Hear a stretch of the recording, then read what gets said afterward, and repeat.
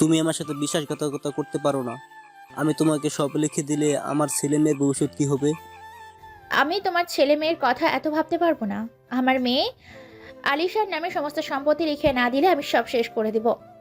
এইসব কথা নিয়েই বাবা মায়ের মধ্যে ঝগড়া চলছিল।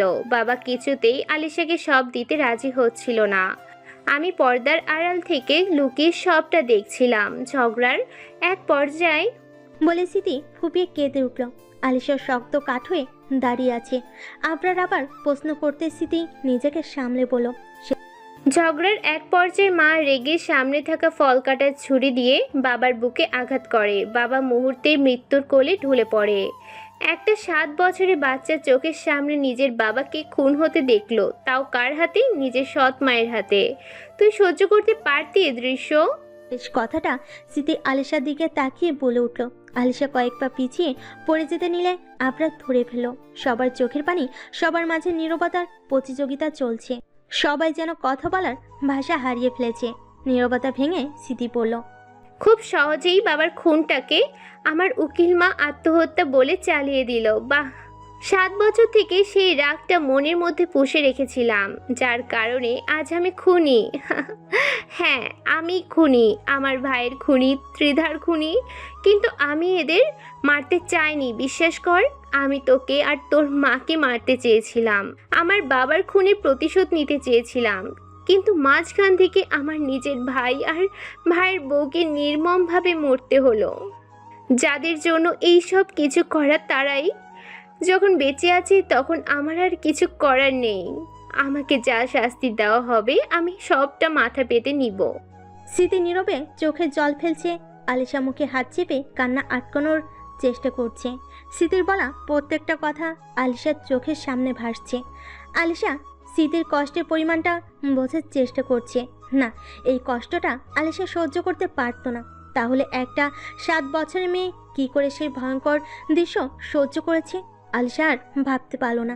দৌড়ে এসে স্মৃতির পায়ের সামনে বসে স্মৃতিকে জড়িয়ে ধরে হাউমাউ করে কেঁদে উঠল। স্মৃতি শক্ত হয়ে চোখের পানি ফেলছে। আবরার আর ইমনের চোখের কোনো পানি জমে আছে। ওই মেয়েটার বুকে হাজারো কষ্ট চাপা পড়ে আছে। সেটা এত বছরে কেউ বুঝতে পারেনি। স্মৃতি ঠোঁট কামড়ে কান্না আটকানোর চেষ্টা করছে। আজ নিজেকে ওর অসহায় লাগছে। নিজের হাতে নিজের ভাইকে আগুনে পুড়িয়ে নির্মমভাবে মেরেছে। ভাবতে স্মৃতির বুক ফেটে যাচ্ছে।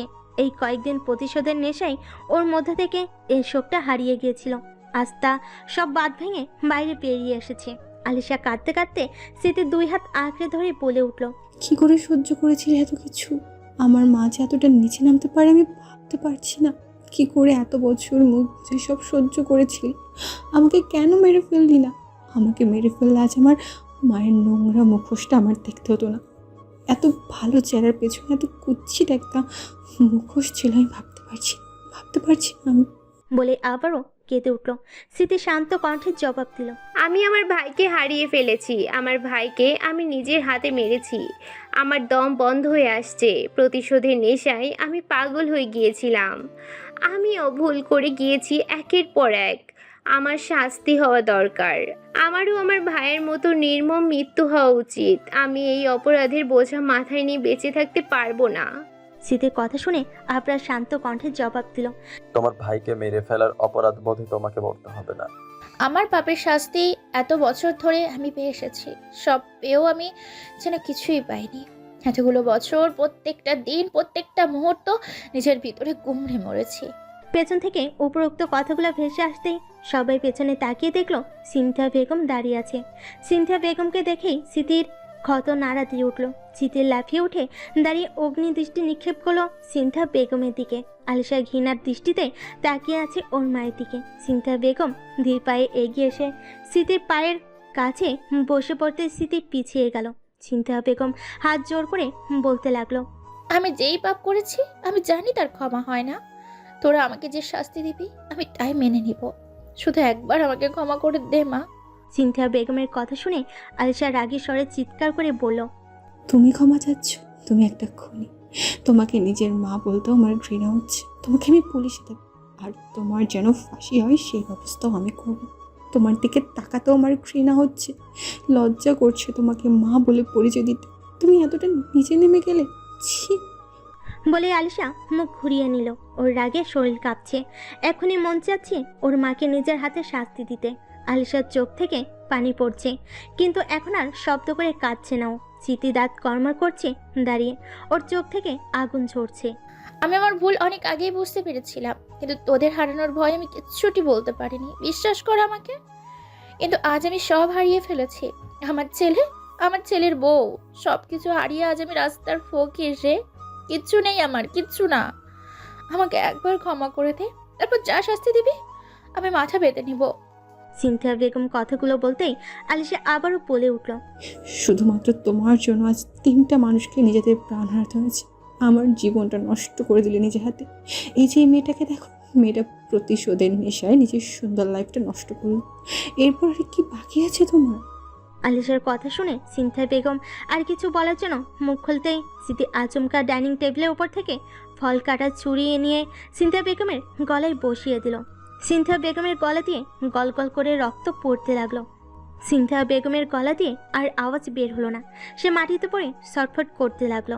স্মৃতির আগে জোরে বলতে লাগলো, শুধুমাত্র তোমার জন্য আমি আমার বাবাকে হারিয়েছি, আমার ভাই, আমার বোনের মতো ভাইয়ের বউকে আমি নিজের হাতে খুন করেছি। এইসব কিছুর জন্য তুমি দায়ী।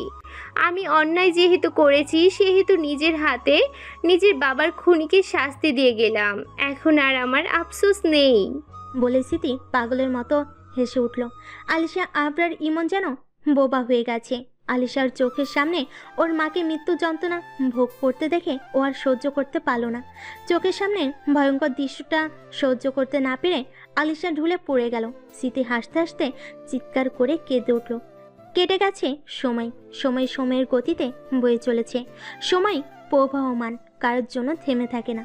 সময় এবং স্রোত কখনোই কারোর জন্য থেমে থাকে না। ঘড়ির কাঁটা আপন মনে ঘুরে চলে। সিনথিয়া বেগমের মৃত্যুতে আলিশা অনেকটা ভেঙে পড়েছে। আলিশার এখন আর আপন বলতে কেউ বেঁচে নেই। আজ 5 দিন হয়ে গেছে সিনথিয়া বেগম নেই। সেদিন স্মৃতি নিজের ইচ্ছে গিয়ে পুলিশের কাছে স্যালেন্ডার করেছে। আলিশাকে এই কয়েকদিন আবরার আর নোহার মা সামলিয়েছে। ওদের সম্পর্কের কথা যেন আবরারের পরিবার আলিশা আর আবরারের বিয়ের আয়োজন করেছে ঘরোয়াভাবে। আজ ওদের বিয়ে। আলিশার মনের অবস্থা ভালো নেই, আর বিয়ে করা ছাড়া আবরার আলিশার পাশেও থাকতে পারছে না। নানা রকম মানুষ নানা কথা বলে। মেরুন কালার শাড়ির সাথে খোলা চুল, মুখে কোনো মেকআপ নেই, ঠোঁটে হালকা লিপস্টিক। দেখতে আলিশাকে বড্ড সুন্দর লাগছে। এত সুন্দর মুখে হাসিটা মিসিং। আবরার আলিশার পাশে বসে আলিশার হাতটা শক্ত করে চেপে ধরে আছে। আলিশার চোখের কোণে পানি। সুন্দরভাবে ওদের বিয়েটা সম্পূর্ণ হলো।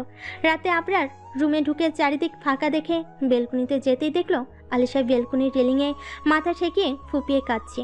আবরার পেছন থেকে আলিশার কাঁধে হাত রাখতেই আলিশা চেনা স্পর্শ পেয়ে আবরারকে শক্ত করে জড়িয়ে ধরে কেঁদে উঠল। আবরার আলিশার মাথায় ধীরে ধীরে হাত বুলিয়ে দিয়ে বলে উঠল, আর কত কাঁদবে? দেখো, পরিস্থিতির ওপর আমাদের হাত থাকে না। তোমার ভাগ্যে হয়তো এমনই লেখা ছিল। আর কেঁদো না প্লিজ, আমি আছি তো। আমি তোমাকে সারা জীবন আগলে রাখবো, প্রমিস। আবরারের কথা শুনে আলিশার কান্নার বেগ আরো বেড়ে গেল। আলিশা কাঁদতে কাঁদতে বলে উঠল, আমার কেউ নেই আরবার। আমার মা, আমার বাবা, আমার ভাই বোন, কেউ নেই আমার পাশে। আজ আমার জীবনে এত বড় একটা খুশির দিন, কিন্তু দেখো আমার পাশে আমার আপনজন কেউ নেই। আমার এই নিষ্ঠুর পৃথিবীতে একজন নেই। আমি আজ খুশি হতে পারছি না আরবার, কিছুতেই পারছি না। আবরারের চোখের কোনো জল। আবরার আলিশার মুখটা তুলে 2 হাতে ওর চোখের জল মুছিয়ে ওর কপাল ছুঁয়ে দিয়ে বলে উঠল, আমি আছি তো। আমি সারা জীবন তোমার পাশে ছায়ার মতো লেগে থাকবো। একদম কাঁদবে না, আর এক ফোঁটা চোখের পানি ফেলবে না। আলিশার চোখ দিয়ে অনবরত পানি পড়ছে।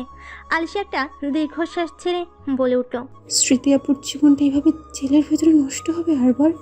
বলে আলিশা করুণ চোখে আবরারের দিকে তাকাতেই আবরার ভাবুক স্বরে বলে উঠল, দেখো স্মৃতি অন্যায় করেছে, অনেক বড় অন্যায়। আমরা হয়তো স্মৃতির পরিস্থিতি বুঝতে পেরেছি, কিন্তু আইন স্মৃতির অন্যায়টা দেখবে। স্মৃতিকে আদালত ফাঁসির ঘোষণা করেছে। আমাদের হাতে কিছু নেই, তাই এইসব ভুলে যাওয়ার চেষ্টা করো। আমরা কিছু করতে পারবো না। আবরারের কথা শুনে আলিশার চোখ থেকে নোনা জল গড়িয়ে পড়ল। সত্যি সব ভুলে যাওয়া ছাড়া ওদের কিছু করেনি। আলিশা বড় করে নিঃশ্বাস ছেড়ে মুখে হাসির রেখা টানার চেষ্টা করলো। আবরার আচমকা আলিশার ঠোঁটে লম্বা একটা চুমু দিয়ে বলে উঠল, অতীত মনে রাখছে নেই, তাই অতীত মনের ভুলে আজ থেকে আমরা নতুন জীবন শুরু করব।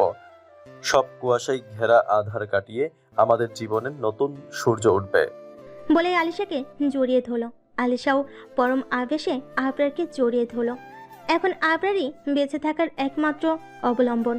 ওরা ওদের জীবনের সব আধার কাটিয়ে ভালো থাকুক। ওদের জীবনে নতুন ভোরের আলোয় চারিদিকে ঝলমলে হয়ে যাক। বেঁচে থাকুক ওদের ভালোবাসা। স্মৃতি কারাগারের দেওয়ালে মাথা হেলিয়ে বসে আছে। ওর চোখ থেকে পানি গড়িয়ে পড়ছে। ওর জীবনটা এইভাবে নষ্ট হয়ে যাবে ও ভাবতেও পারেনি কখনো। স্মৃতি ভাবছে ওর নিশ্চয়ই ফাঁসি হবে। 4টা খুনের শাস্তি তো ফাঁসি হবে। যদি ফাঁসি থেকে বড় কোনো শাস্তি থাকতো তাহলে সেই শাস্তিটা স্মৃতি পেত। এসব ভেবেই স্মৃতি শান্ত কণ্ঠে বলে উঠল, আমি খুনি, হ্যাঁ আমি খুনি, কিন্তু আমার একটুও আফসোস হচ্ছে না। ওই মহিলাকে আমি তার পাপের শাস্তি দিতে পেরেছি। বাবা, আমি তোমার খুনির বদলা খুন করেই নিলাম। ভাই, আমাকে কোনোদিন ক্ষমা করিস না। আমি তোদের নিজের হাতে নির্মমভাবে মেরেছি। কোনো দিন ক্ষমা করিস না আমায়। তোরা উপরে ভালো থাক, আমিও আসছি খুব শীঘ্রই। বলে হাঁটুতে মুখ গুজে কেঁদে উঠল। যতদিন না ফাঁসি হচ্ছে ততদিন ওকে এই 4 দেওয়ালের মাঝে বন্দি থাকতে হবে।